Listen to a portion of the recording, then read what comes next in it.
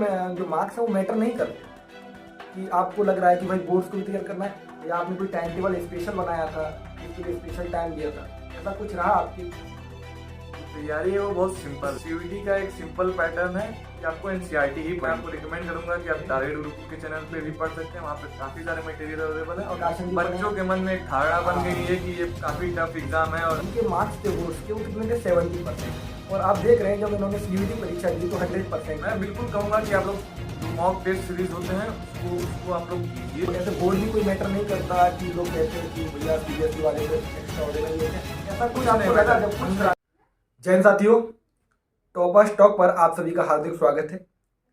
हमारे आज के गेस्ट हैं रजत मदेसिया जी, जिन्होंने सीयूईटी परीक्षा 2022 में 100% हासिल की है पॉलिटिकल साइंस में। साथ ही इनका जो ओवरऑल स्कोर था वो था 723 आउट ऑफ 800।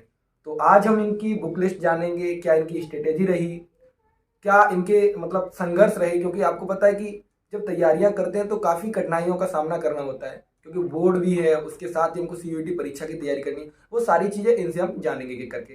तो रजत मदेशिया जी, अपने बारे में थोड़ा सा कुछ बताइए। सबसे पहले तो मैं भैया को धन्यवाद देना चाहूँगा कि उन्होंने मुझे अपने प्लेटफॉर्म पे बुलाया, उसके लिए सादर धन्यवाद भैया।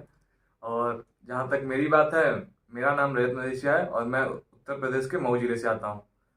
मेरा कक्षा 12वीं उत्तर प्रदेश माध्यमिक शिक्षा परिषद के से था और मैंने उसमें 70% कुछ अंक अर्जित किए, 70% अंक अर्जित किए थे। और मैंने इस साल जो हुई थी परीक्षा सीयूईटी 2022 की, उसमें मेरे 723 अंक थे, जैसा कि भैया ने बताया। और उसी के बेसिस पर मुझे हंसराज कॉलेज में दाखिला भी मिला है और मेरा कोर्स जो है वो है बीए हिस्ट्री ऑनर्स। तो इन्होंने जैसे बताया आपको कि जो इनके मार्क्स थे बोर्ड्स के वो कितने थे? 70%। और आप देख रहे हैं जब इन्होंने सीयूईटी परीक्षा दी तो 100%, वो भी राजनीतिक विज्ञान, यानी कि बहुत बड़ा अपने आप में मतलब चैलेंज होता है कि आप बोर्ड्स को भी तैयार कर रहे हैं, साथ ही साथ सीयूईटी को तैयार कर रहे हैं। तो इससे एक चीज़ साफ हो जाती है यहाँ पे, जैसे इन्होंने बताया कि बोर्ड्स के जो मार्क्स हैं वो मैटर नहीं करते। कि आपको लग रहा है कि भाई बोर्ड्स को भी तैयार करना है, भाई तो बोर्ड्स को उतने तरीके से पढ़ना है जैसे कि जिसकी आवश्यकता है हम लोगों को। अब दिल्ली यूनिवर्सिटी में इनका हंसराज है, लेकिन वहाँ पे मार्क्स नहीं डिपेंड करते कि कितना है कितना नहीं है। जो ओवरऑल स्कोर रहा इनका सीयूईटी का, उसी के बेसिस पर इनको यूनिवर्सिटी अलॉट हुआ है और इनका हिस्ट्री ऑनर्स वहाँ से कोर्स चल रहा है। तो ये तो बात हो गई आपके बारे में थोड़ी सी। और अब हम बात करेंगे कि जैसे आपने क्या बुक लिस्ट फॉलो की, क्या सिलेबस रहा, या आपने कोई टाइम टेबल स्पेशल बनाया था कि इसके लिए स्पेशल टाइम दिया था, ऐसा कुछ रहा आपकी तैयारी में? भैया, जो तैयारी है वो बहुत सिंपल है। काफ़ी बच्चे इसको काफ़ी कॉम्प्लिकेट कर लेते हैं कि ये बुक्स पढ़नी है, ये चैनल है तो ये है, ये प्रकाशन का पढ़ना है तो वो पढ़ना है, additional book supplementary and all. लेकिन कुछ ऐसा नहीं है। बस सीयूईटी का एक सिंपल पैटर्न है कि आपको एनसीईआरटी ही पढ़नी है और मैंने एनसीईआरटी ही पढ़ी थी। आपको बस लाइन बाय लाइन एनसीईआरटी पढ़नी है और मैं रिकमेंड करूंगा आपको कि आप एमसीक्यू टेस्ट सीरीज लगाएं। और करंट अफेयर्स और जो जनरल टेस्ट हुआ था उसके लिए आप काफ़ी सारे यूट्यूब चैनल्स हैं, लेकिन मैं आपको रिकमेंड करूंगा कि आप टारगेट गुरुकुल के चैनल पे भी पढ़ सकते हैं। वहाँ पे काफ़ी सारे मटेरियल अवेलेबल है और कुछ मैंने भी उसमें से कुछ मटेरियल्स पढ़े हुए थे जो कि मुझको जनरल जो टेस्ट हुआ था उसमें काफ़ी काम आया। और बाकी जो हमारा जो कोर सब्जेक्ट था, यानी जो हमारा मेन डोमेन था, उसमें 3 जो डोमेन होते हैं वो थे। और मैं उसके लिए पूरी तरह से आप एनसीईआरटी पर रिलाय कर सकते हो। एनसीईआरटी की लाइन बाय लाइन आप पढ़िए, उससे बाहर कुछ नहीं आने वाला है। वो तो यहाँ पे एक साफ चीज हो जाती है, मतलब एकदम साफ बता दिया उन्होंने कि एनसीईआरटी जो है वो मतलब बेसिक है। एनसीईआरटी अगर आप कर लोगे तो आपको किसी बुक को पढ़ने की आवश्यकता नहीं है, लेकिन फिर भी लोग करते रहते हैं कि नहीं हमको बुक चाहिए, वो किस प्रकाशन की बच्चों के मन में एक धारणा बन गई है कि ये काफी टफ एग्जाम है और ऐसा है, लेकिन ऐसा कुछ नहीं है। आप भी कर सकते हो। जब मैं कर सकता हूँ तो आप भी कर सकते हो। उसमें कुछ ऐसा एक्स्ट्रा ऑर्डिनरी चीज नहीं है। बस आपको कॉन्टिन्यूसली उसको करना पड़ेगा, आपको पेशेंस रखना पड़ेगा। आप 1 घंटा पढ़िए, लेकिन डेली पढ़िए। वही बात है कि इन्होंने बताया कि इनकी जो तैयारी थी ना, इन्होंने केवल एनसीईआरटी को देखा। एनसीईआरटी के साथ इन्होंने जो एक चीज बताई वो आपने शायद ध्यान से नहीं सुनी, वो था एमसीक्यू प्रैक्टिस सीरीज। क्योंकि हमारा जो एग्जाम है वो एमसीक्यू होने वाला है, तो हम लोगों को डेली कम से कम अपना जो डोमेन सब्जेक्ट है और जो अपना जनरल टेस्ट होता है उसकी तैयारी अच्छे से करनी है। अगर आपको लगता है, देखो स्टडी मटेरियल तो यूट्यूब पे काफी फ्री डला हुआ है, लेकिन आप लोग पढ़ सकते हैं, पर लेकिन आप स्टडी मटेरियल पर ही डिपेंड ना करें। उसके साथ साथ आप लोगों को जो अपना सेल्फ स्टडी है उस पर ज्यादा ध्यान देना है। ये ज्यादा सही रहेगा ना जी भाई? जी जी। मैं बिल्कुल कहूंगा कि आप लोग जो मॉक टेस्ट सीरीज होते हैं उसको उसको आप लोग दीजिए, और जितना ज्यादा से ज्यादा दे सकें वो दीजिए।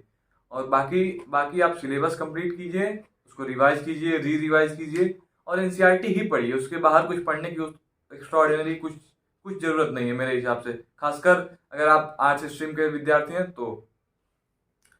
हाँ, क्योंकि एक चीज बता दूं, रजत का जो 12th हुआ था वो आर्ट्स से हुआ था, और ये पहले सीबीएसई से में थे, उसके बाद ये यूपी बोर्ड में आए। तो ऐसे बोर्ड भी कोई मैटर नहीं करता कि लोग कहते हैं कि भैया सीबीएसई वाले तो एक्स्ट्रा ऑर्डिनरी होते हैं, ऐसा कुछ कुछ नहीं आपको लगा मैटर, जब कुछ अंदर नहीं आगे मैटर पढ़ रहे हो तो? कुछ नहीं मैटर करता भैया, वहां जाने के बाद कुछ नहीं मैटर करता है। बस आपने एक बार एडमिशन ले लिया, उसके बाद आपका एक नया वर्ल्ड खुल गया है। आपको उधर फिर से सरवाइव करना है, फिर से उधर काफी चीजें हैं वहां पे करने के लिए। वहां पे फिर एक अलग लाइफ चालू हो जाती है। ये सब कुछ मैटर नहीं रखता है कि आप सीबीएसई बोर्ड से हैं, यूपी बोर्ड से हैं, यूपी से हैं, बिहार से हैं, कोई मैटर नहीं रखता है। हाँ, तो ये सारी चीज़ें तो हमने जान ली रजत से। बुक लिस्ट तो वही है कि एनसीईआरटी आप पढ़ेंगे, लाइन वाइज पढ़ेंगे तो ज़्यादा अच्छा है। उसके बाद आप जब प्रैक्टिस करेंगे हाँ ना, बस मैं रुकना चाहूंगा बीच में। बस मैं ये कहूंगा बच्चों से कि आप अब खुद को ये ना समझे कि मैं नहीं कर सकता हूँ। आप बिल्कुल कर सकते हैं, कुछ कुछ उसमें खास बात नहीं है। आप बस अपने पर विश्वास रखिए, आप लगातार उसके लिए करते रहिए, आप प्रयास करते रहिए। जरूर आपकी सफलता रंग लाएगी, और आप जरूर कहीं ना कहीं किसी न किसी अच्छे विश्वविद्यालय में आपका दाखिला जरूर होगा। हाँ, तो जैसे आपको बताया, रजत से मैं मतलब पहले से जुड़ा हुआ हूँ, तो मुझे इसके बारे में पता है कि कितना इसने तैयारी की। इसने क्या है कि जो तैयारी थी ना, वो केवल तैयारी की तैयारी नहीं की थी। इसने जो अपना तैयारी थी उसका एक प्रॉपर टाइम टेबल बनाया। उसने बताया जैसे कि 1 घंटा देना है तो प्रॉपर दो, डेली दो। ऐसा नहीं कि मतलब आज तो हम पढ़ लिए 5 घंटे, दूसरे दिन भाई सो रहे हैं कि मतलब वही आज नहीं दिक्कत। कल पढ़ते हैं। हाँ, लेकिन अब एक रूटीन जो होता है ना, उसको अगर फॉलो करेंगे तो कहीं ना कहीं सफलता जरूर मिलती है। ये तो बिल्कुल बिल्कुल। यहाँ से आपको साबित हो ही जाता है कि बिल्कुल। यहाँ 70% से लेकर के 100 तक आना मतलब अपने आप में एक बहुत बड़ी बात होती है। रजत, एक चीज और आप बताएं, जैसे मान लो अगर हम कोई इन सबको समराइज करना चाहें, जैसे एक अचूक मंत्र बनाएं कि क्या आप ये फॉलो करें कि ये 5 से 6 महीने के अंदर मई में परीक्षा होने वाली है, उसमें ये लोग भी अपना अच्छा प्रदर्शन करें, जेएनयू, डीयू, बीएचयू और एयू जैसी यूनिवर्सिटीज में आने के लिए। तो कोई ऐसा मंत्र आपका? मैं बस एक ही चीज कहना चाहूंगा कि कंसिस्टेंसी। आप कांस्टेंट वर्क करें, ये नहीं कि आपने एक दिन किया एक दिन नहीं किया। आप 1 घंटा पढ़ें, लेकिन डेली पढ़ें, और बेसिक्स पढ़ें। कुछ उसमें एक्स्ट्रा ऑर्डिनरी करने की चीज नहीं है। बाकी आपको गाइडलाइंस, आप भैया के चैनल पे काफी चीजें गाइडलाइन आपको दी जाती हैं, आप उसको फॉलो कर सकते हैं। और आपको बहुत ज्यादा मतलब आपको खुद से पढ़ना है। अंततः आप ही को एग्जाम देना है, और जब तक आप खुद से पढ़ने की इच्छा नहीं करेंगे तब तक ये संभव नहीं है। वो आपको हमेशा काम करेगा, केवल इसी एग्जाम में नहीं, बाकी किसी भी एग्जाम में अगर आप बैठते हैं तो आपको खुद पे विश्वास करना पड़ेगा, और करना भी आपको करना है।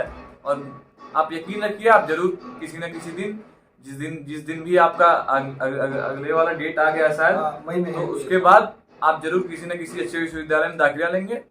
और कोई चिंता की बात नहीं, आप बस पढ़ते रहिए, सही से पढ़ते रहिए। तो आपको रजत ने सारी चीज़ें बता दी है, शुरुआत से लेकर अंत तक, मतलब कि कहाँ से तैयारी करनी है, कैसे कैसे हमको मतलब स्टेप बाय स्टेप बताया उसने, उसको आपको फॉलो करना है। उसी के साथ अगर आपका कोई भी डाउट रहता है तो जो कमेंट सेक्शन है वहाँ पे बता सकते हैं। बाकी हमारे जो सोशल मीडिया हैंडल हैं, जो इंस्टाग्राम, व्हाट्सअप, टेलीग्राम, वहाँ भी बता सकते हैं। बाकी रजत से अगर आपको कभी भी कोई गाइडेंस चाहिए होगा तो रजत आपके साथ हमेशा जुड़े रहेंगे। तो धन्यवाद रजत इस प्लेटफॉर्म पे आने के लिए। धन्यवाद भैया, आपको भी बहुत धन्यवाद, और आपकी पूरी टीम को धन्यवाद कि आपने हमें अपने चैनल पर बुलाया और अपने जूनियर्स को गाइडेंस देने का एक मौका दिया। धन्यवाद भैया।